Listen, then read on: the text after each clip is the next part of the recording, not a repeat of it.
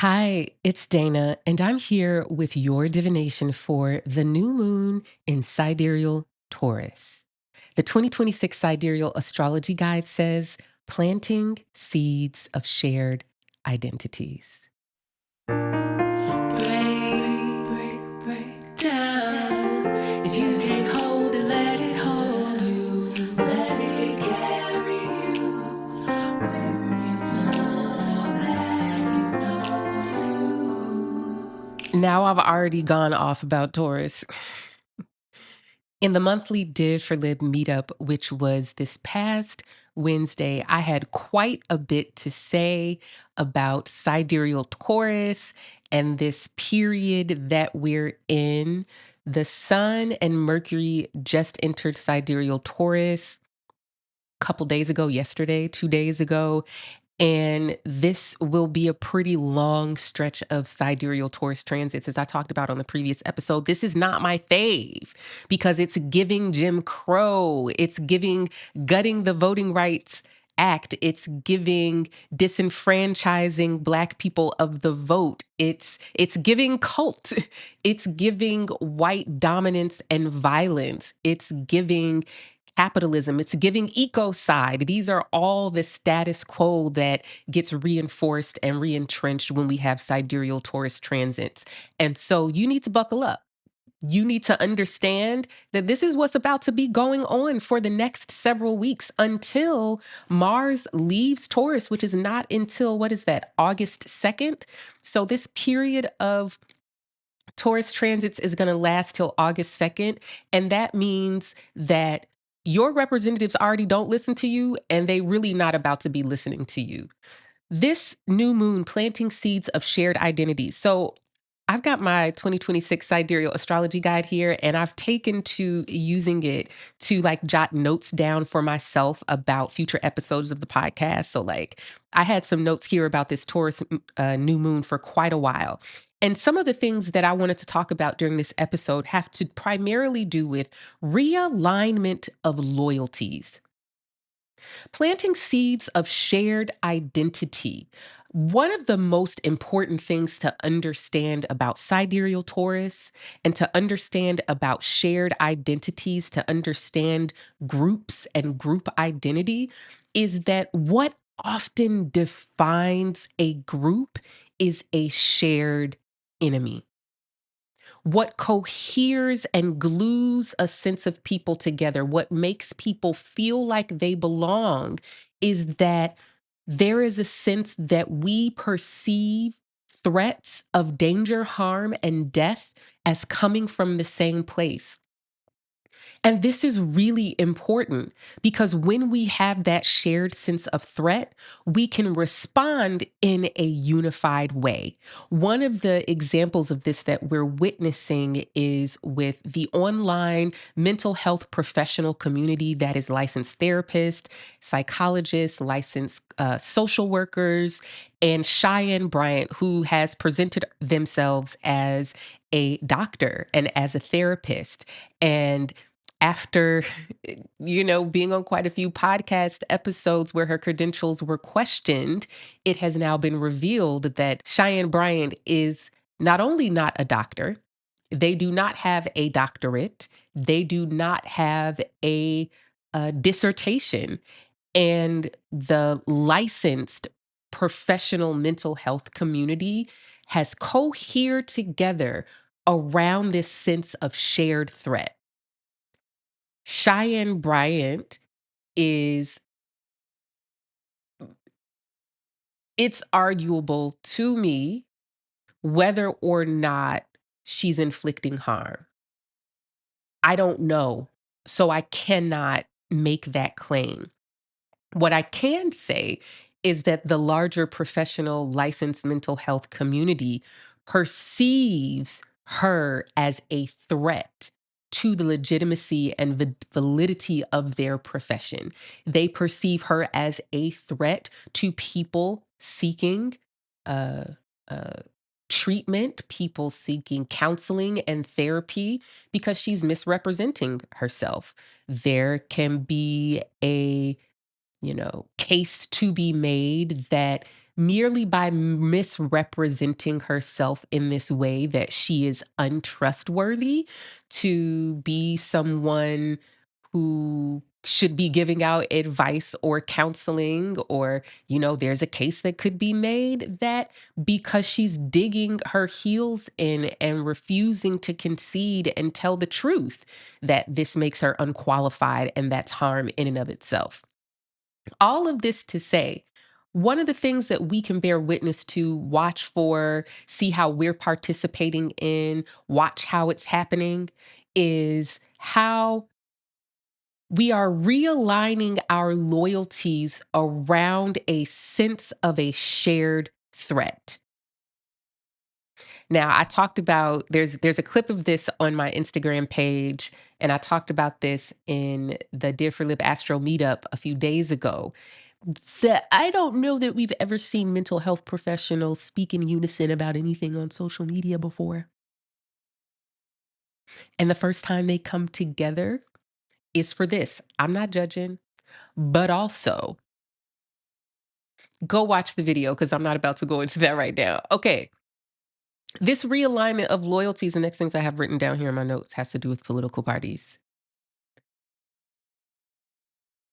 I want you to conceptualize, imagine, understand your political affiliation being a statement about a shared sense of threat and danger. And I also want you to understand, and I think this is something really unique to the West. It's really unique to America because identity is the primary weapon used to inflict harm and oppression. And so when we cohere or come together around a shared identity and a shared sense of threat, we actually become more concerned with protecting the identity than actually responding to the threat. As a Black person, we are more often concerned with protecting Blackness, policing who qualifies as Black at this new moon in Taurus. Drake has released another album. Full disclosure, I could not name one Drake song beside the one he did with Rihanna. I'm just not a fan of rap. I don't think rap is awful. There's a few albums and songs that I've enjoyed over the course of my life, but in general, I love jazz and I love listening to old music, soul music, R&B, gospel. That's where my love is. So I don't have an opinion on Drake's music cuz I never listened to it. However, what I do know is a couple summers ago, Kendrick Lamar released a record in a back and forth battle with Drake called They Not Like Us. And that happened during Jupiter's transit through Sidereal Taurus. Does Kendrick Lamar have sidereal Taurus placements? Yes, he does. And so this became a way for Black people to express pride in their Blackness, but it also was a way that Black people, and even the song They Not Like Us, like the whole premise is to say this is who qualifies as Black, particularly a Black man, right? And this is who doesn't. And so the thing that we have to be really mindful about, and I think the thing that we have the opportunity to become conscious about in a way that shifts and changes our behaviors, that shifts and changes our loyalties, is that it is totally normal and natural for us to form groups around a shared sense of threat. But it becomes a problem when that shared sense of threat does not move us to protecting ourselves from the threat or directly neutralizing the threat. And instead, we're more concerned with protecting the identity. Vote blue no matter who, the 2024 presidential election, this idea that we should be loyal to a political party or candidate because they are not the enemy, rather than does this person actually possess a sense and empathy of the things that are a threat to me in my life? What is it that they want to protect? Do they want to protect my sovereignty and self-determination? Do they want to protect my life and my body? Do they want me to protect my access to healthcare, abortion, housing, food, a safe, functioning, balanced climate? These are the real threats. And so, if our loyalties are only founded in identities because someone looks like us or identifies with the same political party as us or has the same professional credentials as we do, we're missing the plot. And this is something that I think is going to be increasingly loud, especially as we get closer to the full moon in Scorpio, which will be in 2 weeks. Venus is in Gemini at this new moon, thank God, because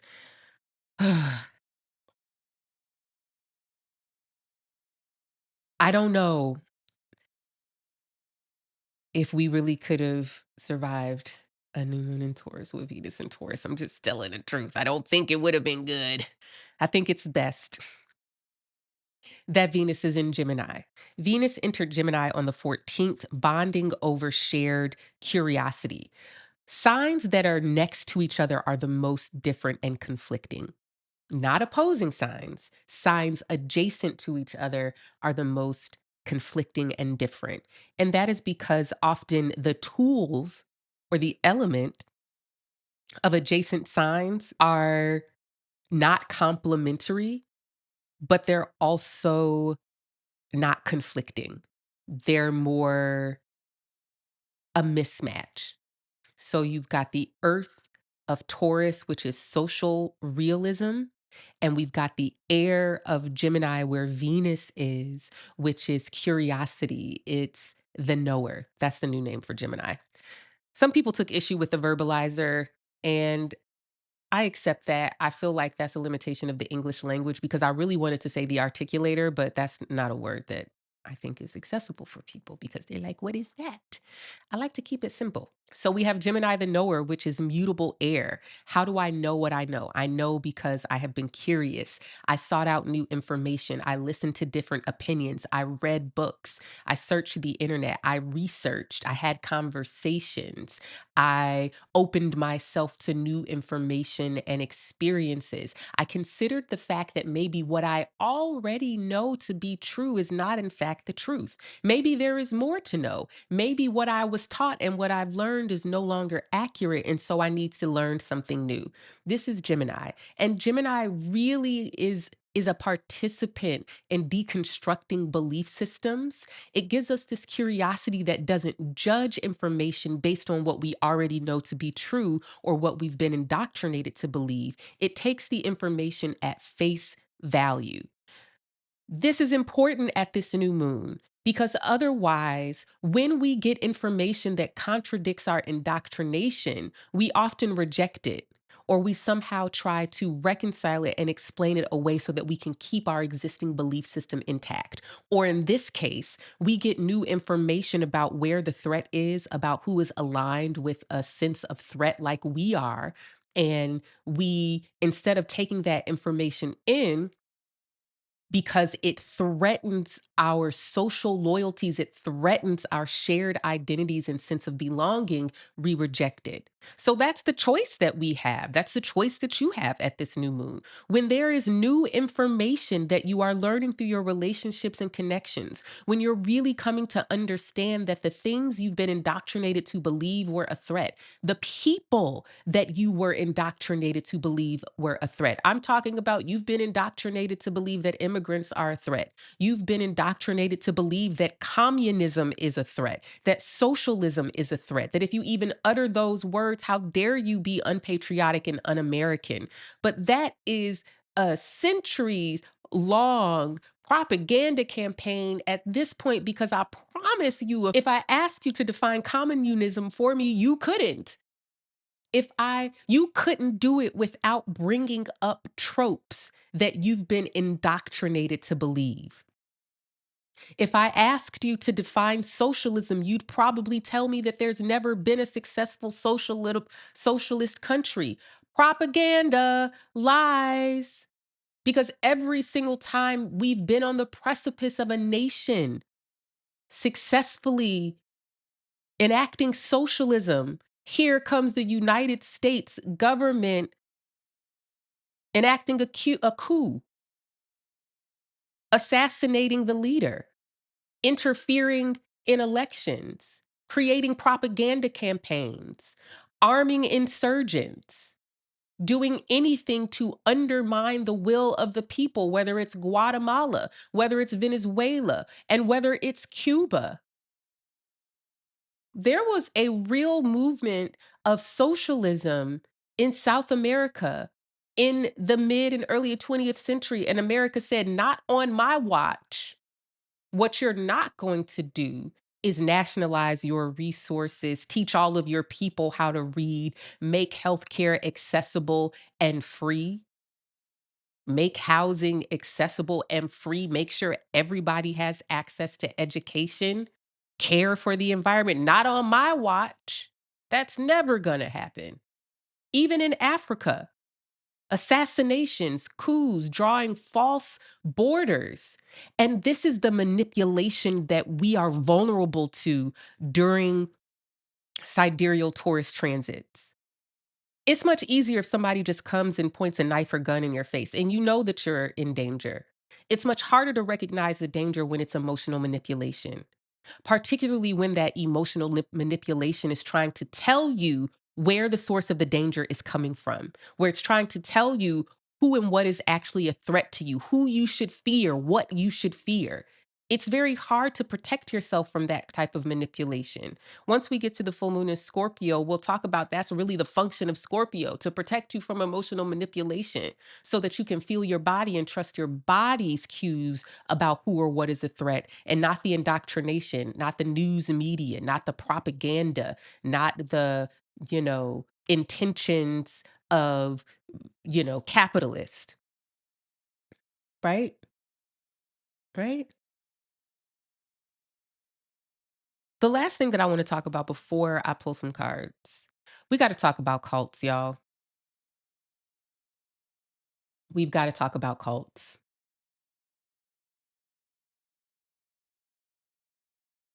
The only difference between a cult and culture is the number of people participating. This is something else that I talked about in the Div4Lib meetup. If you're not coming to the Div4Lib monthly meetup, you're tripping. You're tripping. You're tripping. And that's all I have to say. And you should come. Link to registers in the bio. Anyways, in the bio, in the description. Anyway, the only difference between a cult and a culture is the number of people participating. Furthermore, the behaviors that we often demonize cults or high control groups for participating in are not an anomaly to that group. The fundamentalist Latter day Saints do not have a monopoly on pedophilia.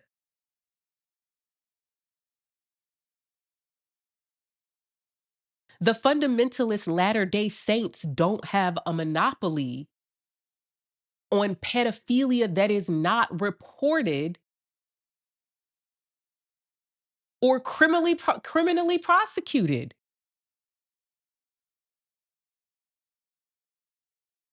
The Nature Boy cult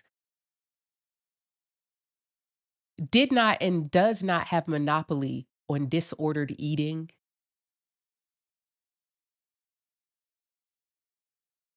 on domestic violence and abuse, on spiritual abuse.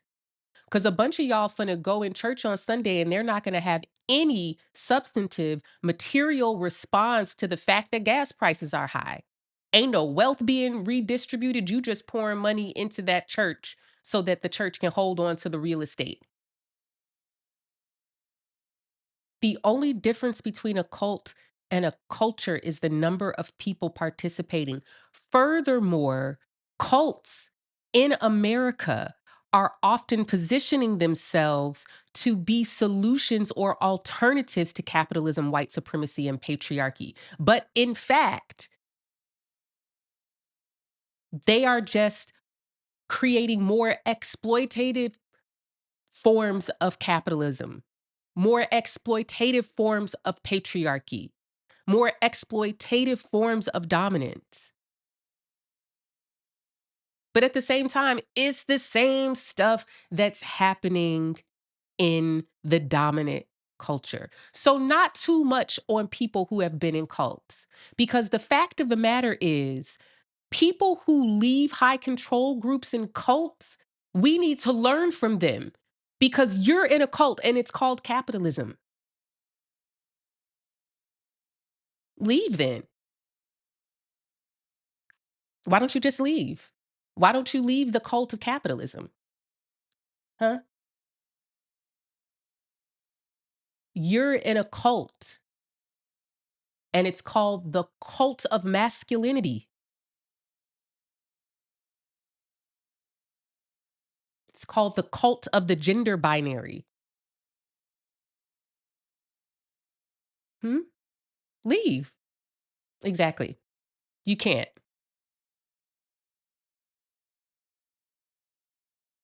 Let's pull some cards. All right. So on the last episode of the Div4Lib podcast, I talked about a new segment that would be debuting on the 24th episode of the podcast, and we're here. This is the 24th episode of the podcast, and welcome to Advice from the People's Oracle.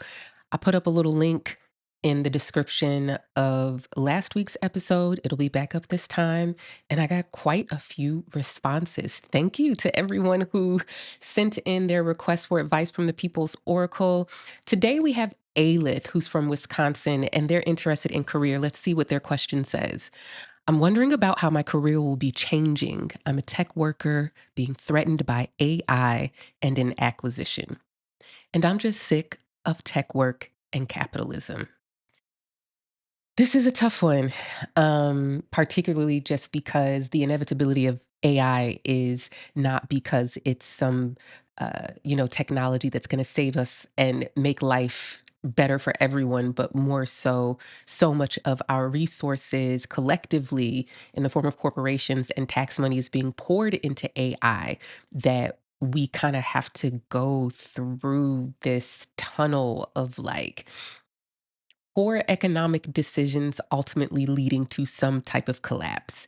And so Aleph is in this industry and feeling the burn. And I'm sure many of us are also feeling it. I've got Aleph's birth chart pulled up here. And one of the first thing that I noticed about your birth chart, Aleph, is that you are a person who's always been identified as intelligent.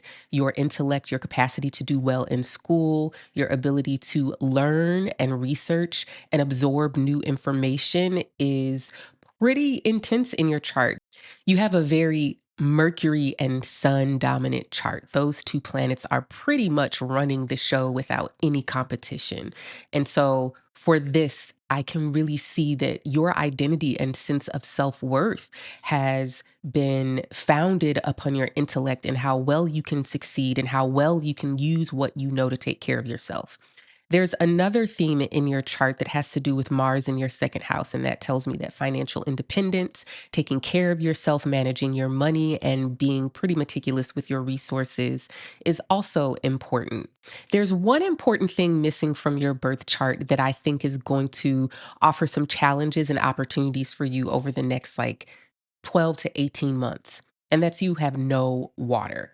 You have this chart that likes to um, be secure, be stable, materially be respected, be taken seriously, professionally, but it sounds like you're kind of burnt out. And I would suspect that the part of the reason why you're burnt out is because the lack of water in your birth chart. If you are missing a tool like fire, earth, air, or water in your birth chart, this does not mean you're doomed. What it does mean is that when you encounter people who have the tool you're missing, it's going to irritate you. And you're probably going to perceive them as someone that you don't want to be like or someone that brings out a side of you that maybe you are habituated to perform as, or a side of you that you want to distance yourself from.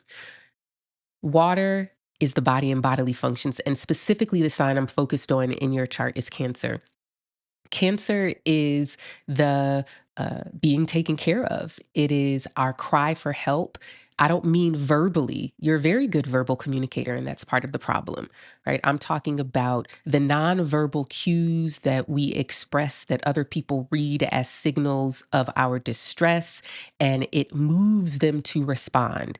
This is not something that you're very good at. And I would imagine the burnout in your work is because emotionally you are very deeply unfulfilled. You have the accolades academically and professionally, you have the career and all of these things that you were praised for your capacity to do. I don't think that it's necessarily time for you to leave, but I do think it's time for two things for you. One, it's time for you to really think about your identity, your sense of self, and your self worth, how much of that has been poured into your career, how much of that has been poured into what you know, and how much of that has been kind of projected onto you as something that you need to fulfill because I mean you're smart. Why wouldn't you follow a certain career path, go to a certain school, succeed in the ways that are socially and materially rewarded? But I think because of this, you are at this moment where you see the writing on the wall, and I don't know that you have the chart of someone who is able to take risks without external pressure. And so you feel the external pressure, and this, I don't know your financial situation. So that's information I don't have. And you'll have to apply this within the context of what's going on for you in that regard. But the point I'm trying to get to is that, because you're not really a risk taker, this is one of those situations where you're going to have to try to do something that's not natural to you. I do think, and let me go back because there was a number two. The number two is your emotional well being, your capacity to make other people uncomfortable enough for them to respond to your emotional distress. you know, you've got quite a bit of Leo in your chart, and that tells me that you are a person who fears embarrassment and humiliation. You fear looking like you don't know. And that is something that has maybe kept you trapped in a career or field that you don't want to be in anymore. With that being said, I think one of the doors and opportunities in your birth chart is through networking. So you have Venus in sidereal Taurus in the 10th house. That's Venus at home. Quite a force to be reckoned with in terms of your mother. There's a couple of things in that chart that are signaling that. But I think in terms of profession, sidereal Taurus is the connector. This means you've got to use who you know. This may be people that you've worked with. This may be people that you know from your community. Otherwise, I think your risk needs to be in reaching out, making connections. I think another possible avenue for you, and I wonder if this is actually something that you've been considering for quite a while and maybe even more intensely over the past several months, which is teaching. I don't know if this is at the academic level. I don't know if this is at the communal level, but I do see the possibility of teaching here. Either way, whatever path you feel called towards in this moment, this is not going to function in the way that you've previously succeeded. You've previously succeeded because you've matriculated through systems and succeeded because it was a match for you. School, homework, academia, all of those things were a match for you. The most important thing for you to kind of get a grip on right now is socially. Who do you know? That is going into 2026 and 2027 for you. That is your path forward. What stands in between you and whatever's next for you is not necessarily your intellect, as in you need to go learn something new. It's socially, it's relationships, it's people. And so, whether that means you are building community with other tech workers who have already left tech, whether you're building community with other people whose jobs and careers have been threatened by AI, there is some communal, relational path for you. I hope that that advice was helpful for you. And if you want to be on the 25th episode of the Div4Lib podcast, getting your advice from the People's Oracle, go right down to the link in the description, fill out that form, and send in your questions. And I look forward to giving advice to the next person next episode.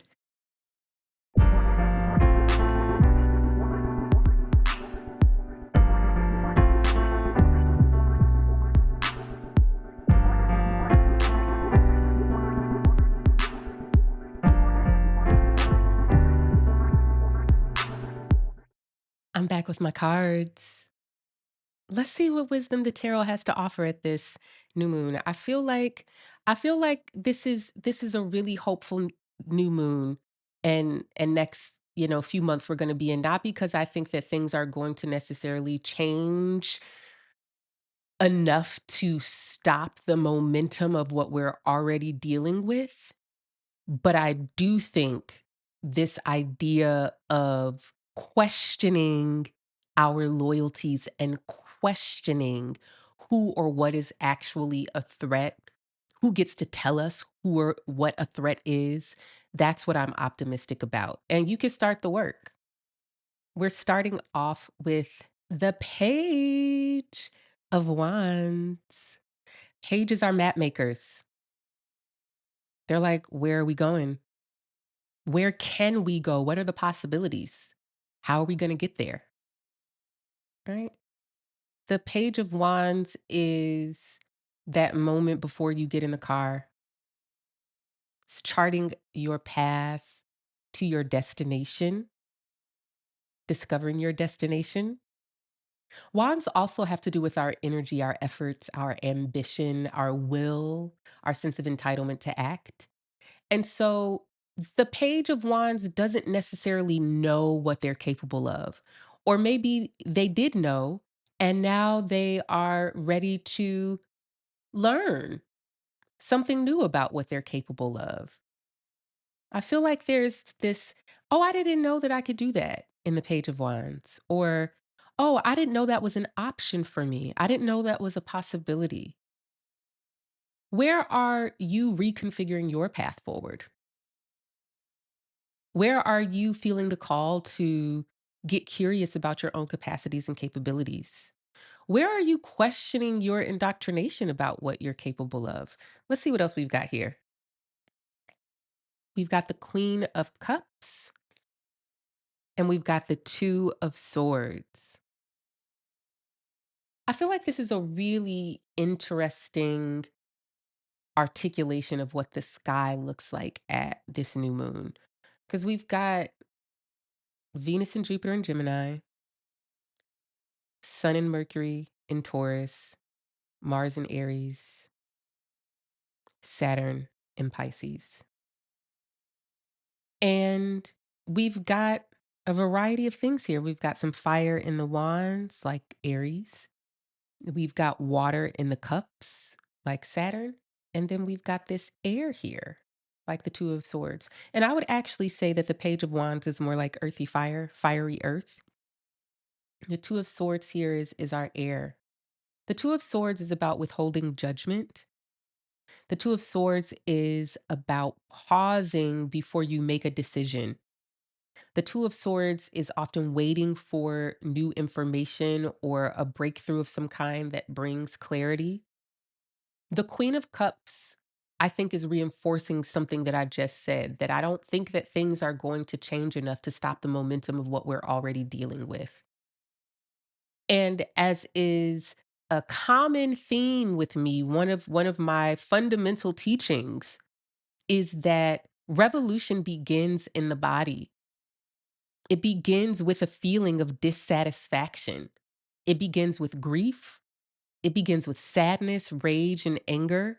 And these are all physical states of our bodies. But we often participate in activities, behaviors, or consume substances that make us avoid the very feelings we need to feel in order to bring about revolution.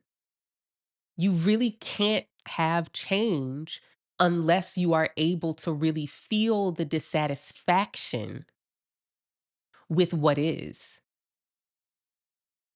There's a role that people with mutable signs play in society that I think needs to be uplifted at this moment, particularly because this new moon is ruled by Venus in a mutable sign, which is Gemini. The mutable signs are Sidereal Gemini, Pisces, Virgo, and Sagittarius. People who have an abundance of mutable signs in their birth chart are incredibly sensitive to contradictions to varying degrees and by different means. Gemini, which is one of the signs highlighted at this new moon, is sensitive to the contradiction between what they know and new information they're encountering. They're sensitive to contradictions between what they have been taught, what they already believe, their indoctrination, and new information that they're coming upon. That sensitivity to contradictions is what allows us to go from, say, the earth is flat to the earth is round. Because when Gemini hears for the first time that the earth is round, they not gonna go call the Pope and be like, string him up, hang him. They gonna be like, oh, for real? That's interesting. Why is that? Sensitivity to contradictions is what allows us to change beliefs individually, change beliefs as a society. It allows us to invite new bodies of knowledge that challenge existing bodies of knowledge. Now, of course, this can go too far, and quite frankly, as long as Jupiter in Gemini, we doing too much. Because Jupiter in Gemini square Saturn in Pisces, which will be ongoing until June 1st, is what we have incorrectly been referring to as AI. It's really large language models and data sets that are word predicting machines. And we are handing over all of our resources, land, clean air, water, economy, to people who have a vested interest in making a lot of money when we do that. I think one of the hardest things for us to question and to withhold judgment about is capitalism. It is impossible for anything that we experience on a large scale, particularly when it's harm and and oppression, that is not happening because someone is making a lot of money.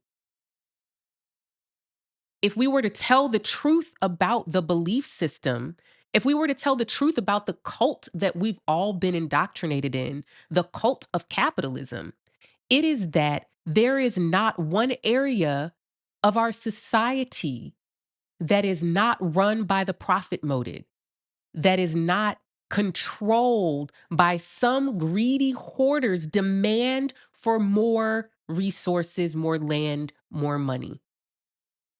Our entire reality is fabricated by capitalists. I just saw a commercial today for this candy. Is like some kind of popped M&Ms or something like that, and I'm just like, why? What's the point?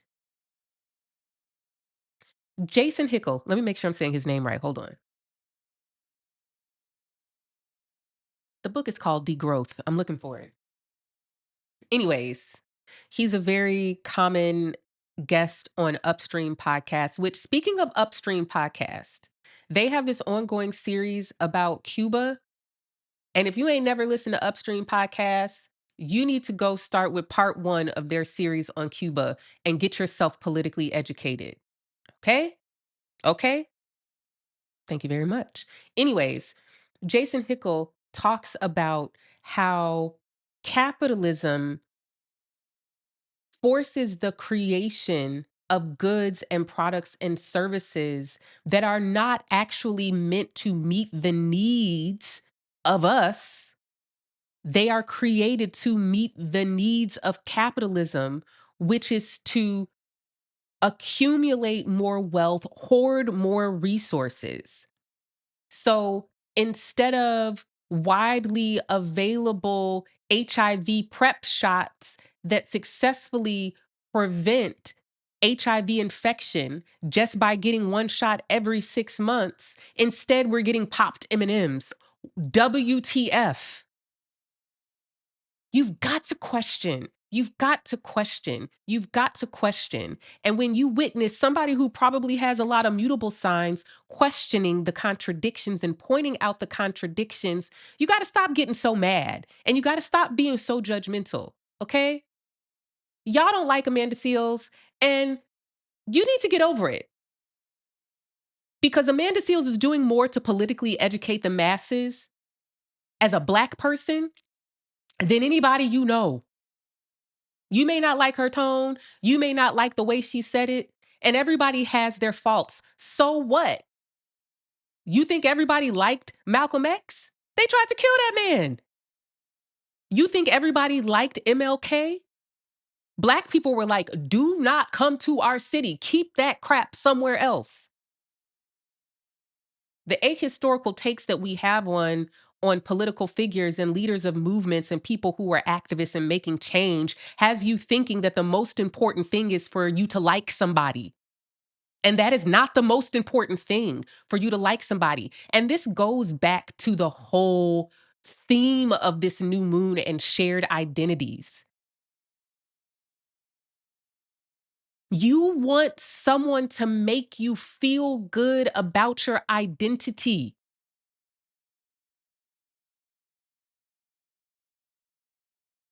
You want someone to present the information in a way that makes you feel good. And there's room for that. There's room for positive propaganda. There's room, and I think we're not doing enough positive propaganda. Shout out to Zoran Mamdani. It's really a shame that more people are not learning from him because he's doing the damn thing. But this Queen of Cups, it's sad. It's disappointed. It's in its feelings. It doesn't like it. It wants it to feel better. Things haven't turned out the way that you wanted. Wah, wah, wah. Woo. Yeah, cry about it. Feel sad.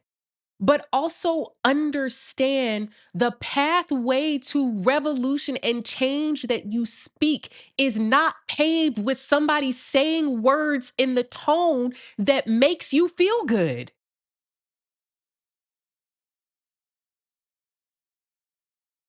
Revolution is not paved. The path there is not paved by someone you like. That's not how this works. Because at the end of the day,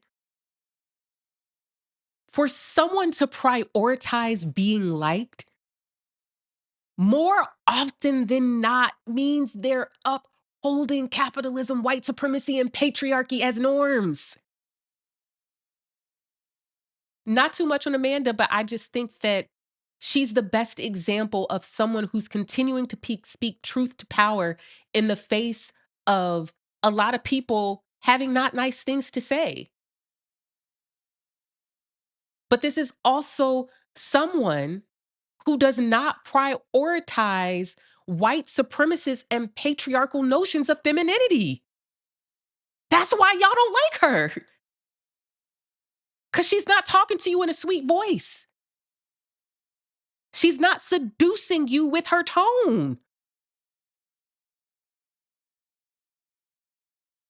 She's not putting on the performance of white beauty.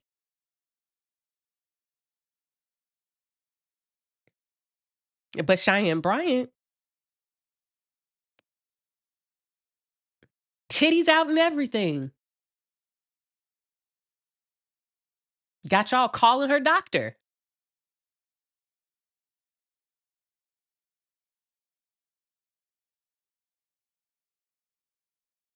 These are all things that come to the fore and are really important. What is it that makes you approve of someone? What is it that makes you listen to what someone is saying? What makes you ignore what someone is saying?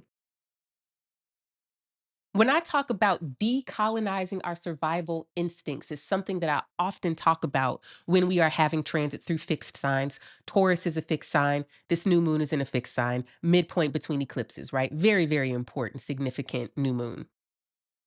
Decolonizing our survival instincts is really about leaving the cult because the cult indoctrinates you to preserve the group over your own individual life. It indoctrinates you and sets up systems of rewards and punishments for you to preserve the principles of the group and the shared identity. Every time you don't listen to a dark skinned person, every time you don't listen to someone who does not conform to the gender binary, every time you reject at face value someone who doesn't conform to beauty standards, you are living out your cult indoctrination.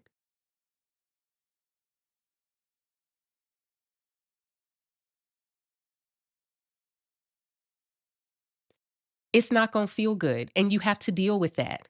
You have to. You have to deal with it. Thank you for tuning into the Divination for Liberation podcast. I'm your host, Dana Lynn Knuckles, also known as the People's Oracle. I just want to say, I can't wait to drop the link in the description, but the latest wastewater data for SARS coronavirus 2 is the lowest it's been since 2020. And I have never been so happy to be right about a prediction. I have never been so happy. Words that I've been wanting to say for the past 6 years. Does that mean that there is no COVID? No. But we are at an all time low. We are at an all time low. This is the safest time to be out, go to the dentist, see friends, see family, see loved ones. I think it's kind of cruel that at this moment traveling is expensive and gas is expensive and you know gestures broadly at the BS. However, comma, that means I don't have no COVID update for y'all. I don't. I'll see you all in 2 weeks. It'll be a full moon in Sidereal Scorpio, and I can't wait to talk about it. I'm actually really, really excited to talk about it because Scorpio gets a bad rap. And the fact of the matter is, ain't no revolution without Scorpio. And that's that on that. Come back next week, 2 weeks, whenever it is, and I'm gonna tell you all about it. Bye.